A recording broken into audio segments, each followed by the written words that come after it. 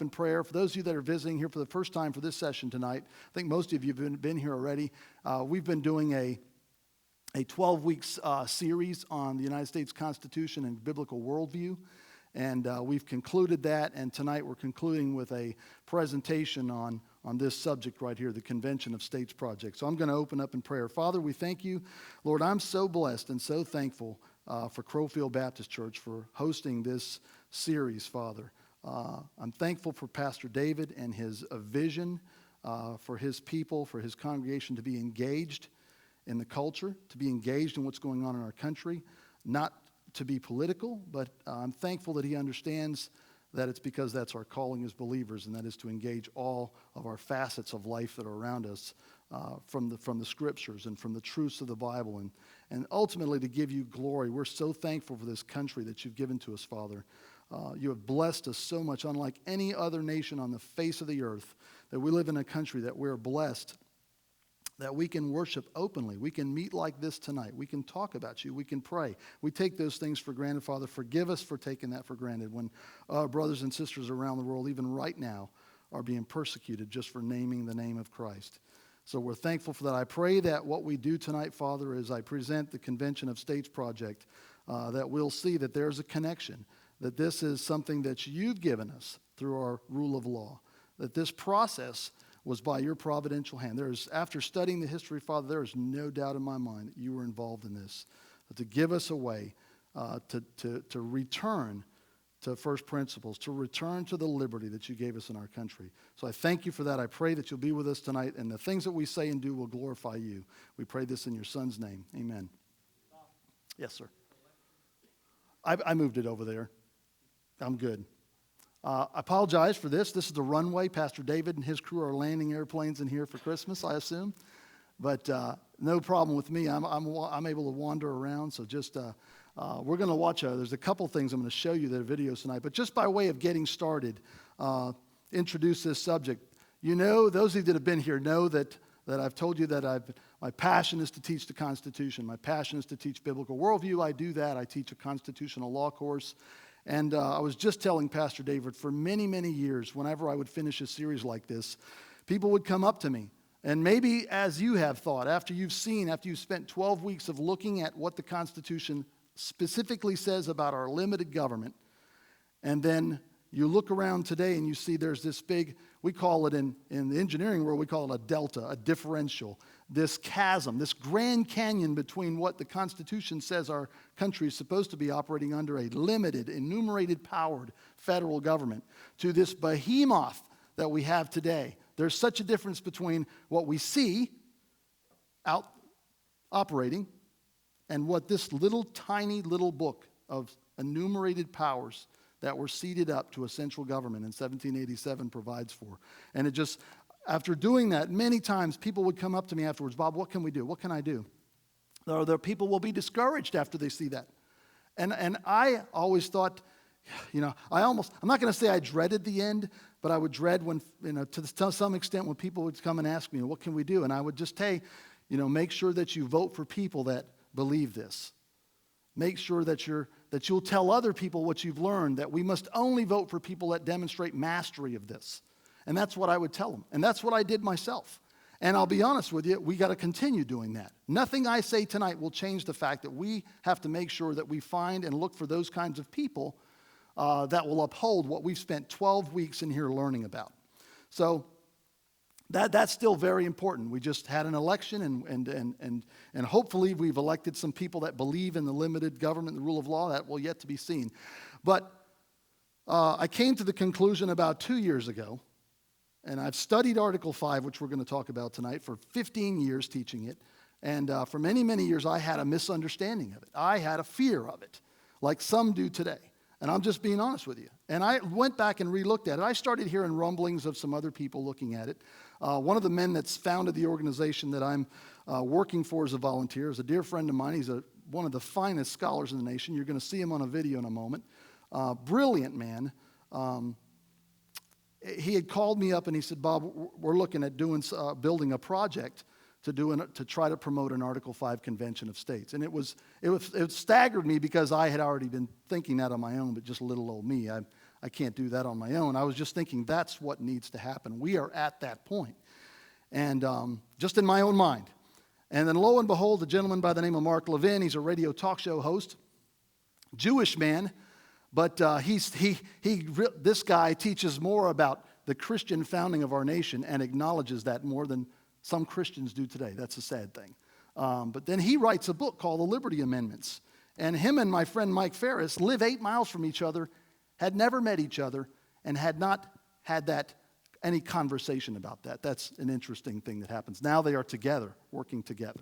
But anyways, when I saw that, I looked at this process and I started to study the history of it. I mean, really digging in, not just listening to what everybody says, but for myself, digging into the founding documents, the Federalist Papers, the words, the notes of James Madison from 1787 that are right there on the internet for us. And so many times we'll listen to other people, but we won't go and look for ourselves. And when I looked at that and I came to the conclusion, this is it. And I am so excited to be here tonight to tell you that it's not just, I'm not just putting a capstone on a 12-week study on the United States Constitution just to get you all riled up and run out of here. What I'm telling you tonight is this is the lawful, orderly process that the founders gave us to save our country. It really is. And I'm so excited about it. I've got two folks that are working with me that are back here tonight that I'll talk about, district captains. Roy Jessup and Will Beasley are here tonight also, but I will explain all of that to you tonight as we go through. But with that said, would you play that first video for me, please, Theresa?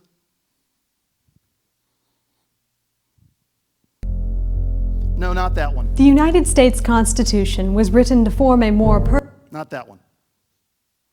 Sorry. The stakes are incredibly high. The Dow dropped nearly 1,000 points and a half. It's intimidating, it's frightening. A partial government shutdown.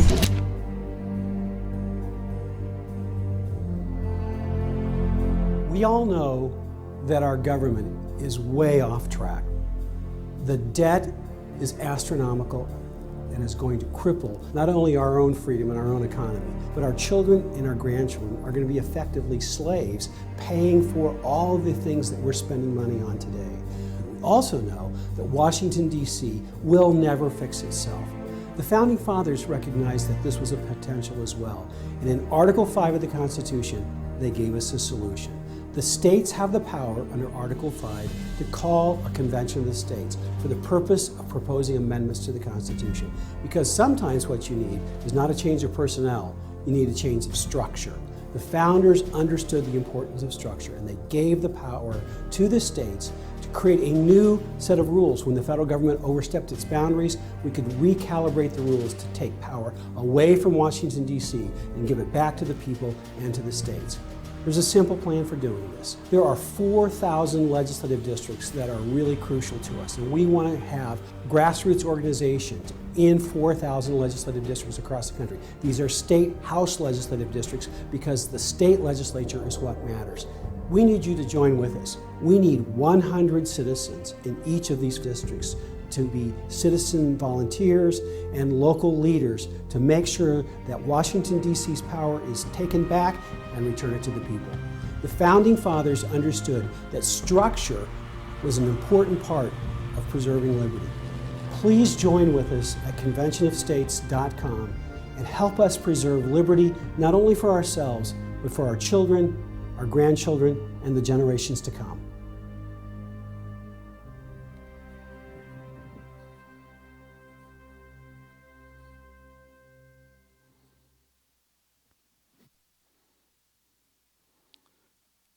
May sound like it's, dramatic and maybe being over dramatic, but those of you that have sit through the course and seen the difference between where we are and where we're supposed to be, I think he's actually understating the case, to be honest with you.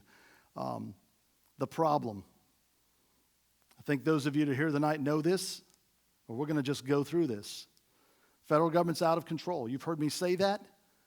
When we look at the enumerated powers that the federal government's supposed to operate under, and we see what's being done today, and those of you that have been here, you've heard all the examples, the president and his pen, all these different things that we've talked about. We've gone through all of the different examples. It's clear that the federal government is out of control. That's not a radical statement, that's just reality. And it will not relinquish power. Almost anything that happens, even the fact that we had a Republican-led Congress, a Republican-led House and Senate, and with a Republican president, the government still grew. Albeit not at the breakneck speed that it's growing right now, it still continued to grow. The problem is pretty obvious that they're not going to relinquish any power. Major abuses perpetrated by the federal government, you know these. We've talked about them, but I just want to highlight them. All three branches are attacking state sovereignty, whether it be the Article 1 branch, the legislative branch, Article 2, the executive branch, the president, and Article 3, the judicial branch. In some way, shape, or form today, they are attacking state sovereignty, taking things out of the control of the states. We've gone through the examples over and over again. Out of control spending and debt. Washington, D.C., as you can see, has amassed huge power. Huge power over the years. Didn't happen overnight, didn't happen last night, didn't happen under this president's watch, didn't happen under the last president's watch, or the president before that. It's been going on for a long time, probably 80 to 100 years.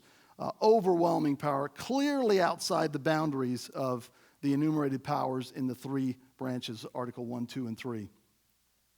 I put this one up here because I've taught you for 12 weeks about the three branches of government.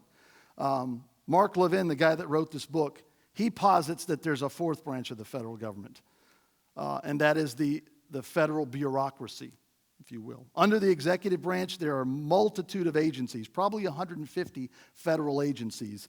I haven't counted them, but I think it's somewhere in the area, in the realm of 150 agencies that make regulations. And we've talked about that. They make those regulations because the United States Congress has created a department. Pick your department, Department of Education, Department of Environmental Protection, Department of Energy, whatever, and they've placed them up under the Article 2 branch, and they've said, go at it and put it on autopilot. And those agencies create regulations from federal laws that are passed, and those regulations carry the weight of federal law. This picture struck me. I saw this on Senator Mike Lee. He's a senator from Utah. In my opinion, he's one of the good guys. There's a handful, there's a few of them, that are trying to do the right thing. But Senator Mike Lee, back last year, asked, at the end of the year, he asked one of his staffers to print out the entire volume of regulations that were printed, that were added to the Federal Register in 2013. So the Federal Register is the thing that's where all regulations are put. Whenever a department creates regulations, they go into the Federal Register. Just in 2013, there were 80,000 pages of regulations added to the Federal Registry. Now, all of those carry the force of law. They carry financial penalties. They carry jail penalties, prison time penalties for corporations, even individuals to some extent. And none of those can be repealed by us changing who we elect. They weren't written by legislators. They were written by members of a particular federal agency, the federal bureaucracy. It's grown so big that it's the fourth branch of the federal government. And the really staggering thing about this is even when we elect new people, and if we change an administration, that doesn't change. The Federal Registry stays the same. It's there. Those regulations are there. They don't go away. Matter of fact, the people that work in those agencies don't go away. They don't change because we don't get a chance to elect them or remove them from office. So what does it mean? The cold, hard truth, Washington, D.C. is never going to voluntarily relinquish any meaningful power, no matter who is elected. And we would submit to you, the organization that I'm presenting to you tonight, the Convention of States Project, that the time has come for the states and the citizens to be proactive, to do something about taking the power back.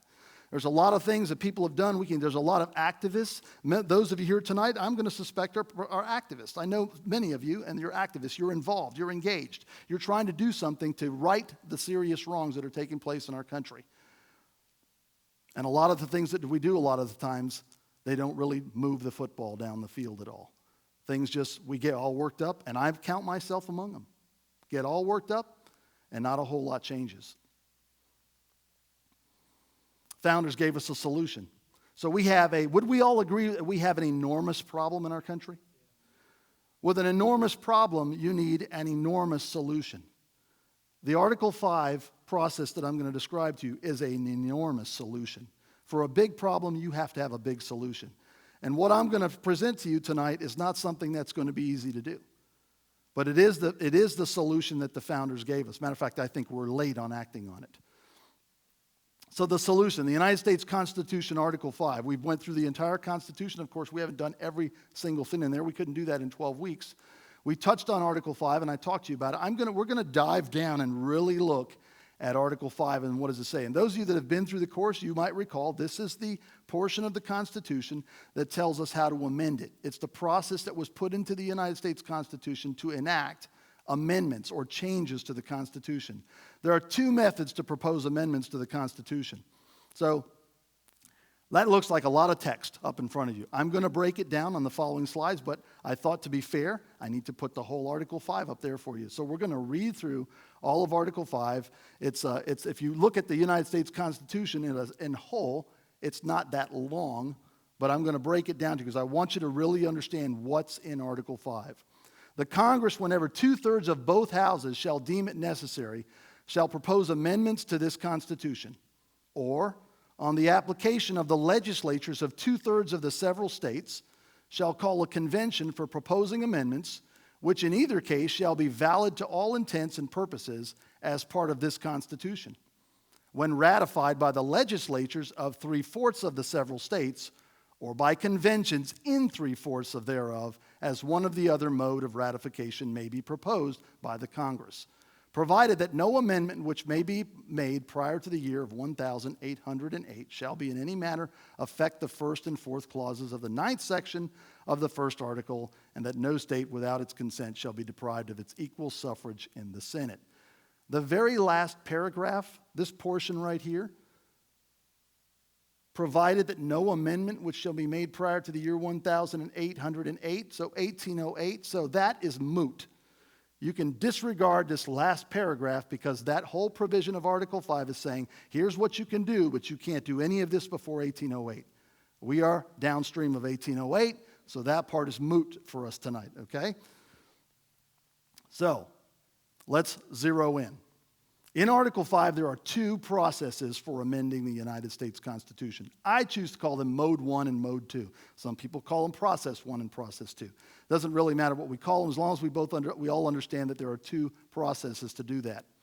The first process begins like this, and we just read it, but the yellow highlight is to show you the first process. The Congress, whenever 2/3 of both houses, the House and the Senate, it takes 2/3 members, shall deem it necessary, shall propose amendments to this Constitution. And the way you have to read this is you have to skip forward to here because this part is another process. But both processes end with this. When ratified by the legislatures of 3/4 of the several states, the word several states, that's how they said all of the states in the 18th century. When ratified by the legislatures of 3/4 of the several states or by conventions in 3/4 thereof, as one or the other mode of ratification may be proposed by the Congress. I'm going to come back to that when I get to the end of explaining Article 5. But right now, all I want you to see is that the first process involves Congress, Washington, D.C. So the way to look at this is the very first process in Article 5 is, I was tempted to say those people. Washington, D.C., I should say those people. Washington, D.C., the Congress, the House, and the Senate, when they propose amendments, and it takes 2/3 of both houses to agree, but when they achieve 2/3 vote, and I'll just tell you, there's been literally over 1,000 amendments, or I think it's in the several thousand amendments over our history, but the number doesn't matter. Lots of amendments have been proposed. Only 27 have been passed by 2/3 of the Senate and 2/3 of the House and sent out to all of the states. At different times in our history, there were different numbers. But they go out to all of the states after they're proposed, and then it takes 3/4 of the states, whatever the number was at that time in history, because we've had 27 amendments at various times in our history. The last one, the 27th, was 1993. And that there were 50 states then, so it took 38 states. Today it takes 38 states to agree to a proposal that comes out of Washington. Does that make sense? I want to make sure we're clear on that. 2/3 of the House votes on an amendment. 2/3 of the Senate must vote on the exact same amendment and pass it. Or 2/3 must pass it. It's not a simple majority. And then when it's passed by both of those houses, it gets transmitted to the 50 states. We've had 27 states, 27 amendments that have been passed via this mode right here. Right? All 27 of our amendments have come by this method right here. What this means down here, when ratified by the legislatures of 3/4 of the several states or by conventions, and it says one or the other mode of ratification proposed by Congress. This portion deals with ratification, not a convention of states that I'm going to talk about next. Some people get confused on that. All right? This just means, because all we're talking about right now is Washington, D.C. proposing amendments. They propose them, they pass them, they send them out to the states, and then Congress gets to tell the states how to ratify it. They can tell them, you will ratify it in your legislature, or you will ratify it by calling an intra-state convention inside your state. You'll call a convention of the people, and they'll meet and decide whether or not to ratify it. Okay? That's not what I'm talking about tonight when I talk about a convention of states. This mode of ratification deals with an intra-state convention of the people of that particular state. Okay? I'm doing this because I want you to thoroughly understand this process, because there is a ton of misinformation out there about this right now. I want you to be experts on it when you leave here, so you can decide on your own, but at least you'll have a full understanding of it. So does everybody see that this first mode is Congress? This is Washington. You and I have nothing to say in this, in the proposal of amendments, until they come back to the states. You understand that? If Congress proposes an amendment today, we have no say in that proposal. We can pick up the phone and call our senator and House members, but how well has that been working for us lately? Not very well. So they do it, then they send it out to the states, and each state would determine whether or not to ratify that. They'd either determine it in their General Assembly in like Columbia, or there would be a convention held inside South Carolina somewhere where we would determine whether or not we would ratify it. But Congress would decide which mode of ratification to do. The second mode is this. Again, it starts out the Congress. But instead of this part, I'm showing you this part right here. The Congress on the application. Because see this or right here? Now we're switching to the second mode. Or on the application of the legislatures of 2/3 of the several states shall call a convention. Who shall call a convention? Congress. Congress on the application of the legislatures of 2/3 of the several states shall call a convention for proposing. Again, proposing. What do they do in the first one? They get to propose amendments. In the second mode, the states would get to propose amendments. If 2/3 of the states apply for a convention, Congress will call a convention. For the states, not for the Congress. The Congress gets to do it through the first mode. The second mode is where the states do it. They call a convention for proposing amendments, and then shall be valid to all intents and purposes as part of this Constitution when ratified by the legislatures of 3/4 of the several states, or by conventions in 3/4 thereof, as the one or the other mode of ratification may be proposed by Congress. It looks confusing, but it's really not. There are two ways to propose amendments. Washington, D.C. can do it, and the states can do it in a state convention of states, not inside a state, but a convention of at least 2/3 that apply to Congress can hold a convention, and then the states can propose amendments to that Constitution. Does that make sense? Any questions about that? I don't usually take questions in the middle, but I'm going to take them right here.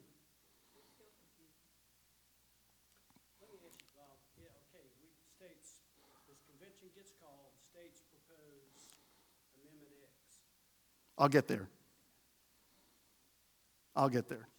It's still confusing to some. So, I'm prepared for confusion.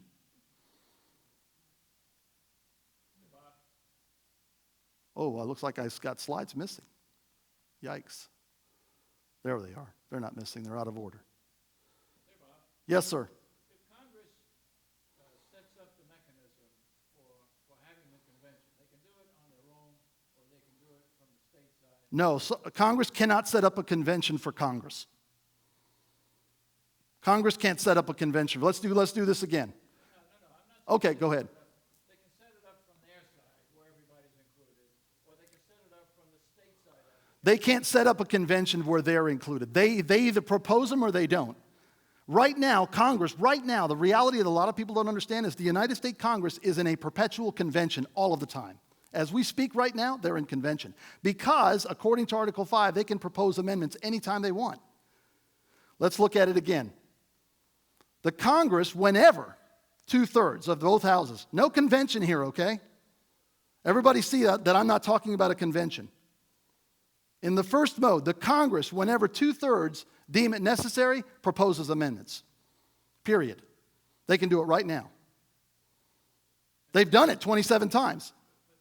Next line, it says they shall call a convention. So they No. No, it doesn't for the next line. That's the other mode. Look, the Congress, whenever 2/3 shall propose amendments when ratified by the legislatures of 3/4. This is the second mode. This part right here of this to this Constitution. Or, you've jumped ahead to the or. There's no convention in the first mode. doesn't change my question. Okay. If Congress gets to call a damn convention, can't they wrest control of it somehow? We're going to get to that. We're going to get to that. We're going to get right to that. But let's just do this because I want to make sure everybody understands step by step how do the two modes operate. The first mode, Congress proposes amendments. Okay? They propose amendments whenever they can muster 67 and 290. That's 2/3. Okay? Whenever they can muster 67 people and 290, that's a lot. It's extremely difficult to amend our Constitution. Okay? It's been done 27 times, and it's been done this way. Never had a convention, ever, since Philadelphia. There is no need for a convention if Congress does this. They just get 67 and 290, and they pump it out to the states. And then it takes 3/4 of the states to ratify. 38 states today. Okay? There's a second process. I'm going to jump to the visuals. This may help some of you. This is process one. Amendments are proposed by the Congress. They're sent out to the states. They're either ratified by 3/4 of the state legislatures or by conventions in those states. That's not a convention of states. It's a convention of that state. Okay? That's where sometimes some people get confused. I haven't talked about the convention of states yet. I'm talking about Congress right now. This is the way all 27 have been done. All 27 of our amendments have come via this mode. Now, some of you might be interested if you want to get into minutia. Well, how did they do it, Bob? Did they do it this way or this way? 26 of the 27 were ratified in the state legislatures. One of them was ratified in a convention inside each state, where the people of that state met and determined whether or not to ratify.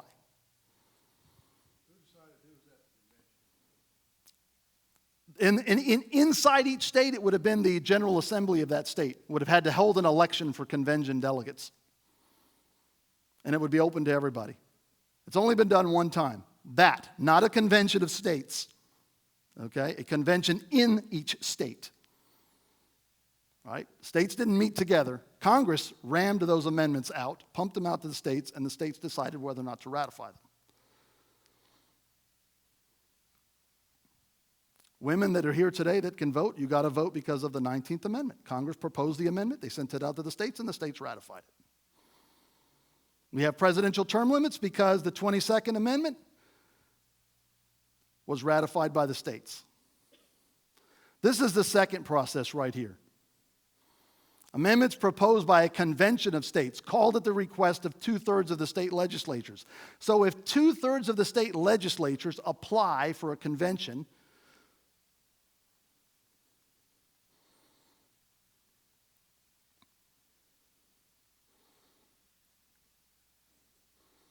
Congress shall call a convention. On the application of 2/3 of the several states, let's go to this one. On the application of 2/3 of the states, they shall call a convention for proposing amendments, which in either case will be valid if 3/4. So every time, so here's what I want you to see. Bell, come to you in a second. Here's what I want you to see. Either way you do it, either way, 3/4 of the states have to ratify it. It's identical. The processes are identical in how they're ratified. Yes, Bill? Okay, so what you're saying is that we request a convention of states, and 2/3 of the states do that. Yes, sir. Okay, they go to Congress, Congress says, okay, we're going to have a convention of states. It's going to be in New York City, and representatives from each state. I'm going to get to that. I'm not there yet, but yes, I'll answer that question. Well, that clears it up Yes, sir. Representatives from the state. Congress is, well, I'll just go to the, I want to take this step by step, but I'll even show that to you even a little bit more in depth. Let me go back to the visuals. This is the first mode. Congress proposes amendments, no convention.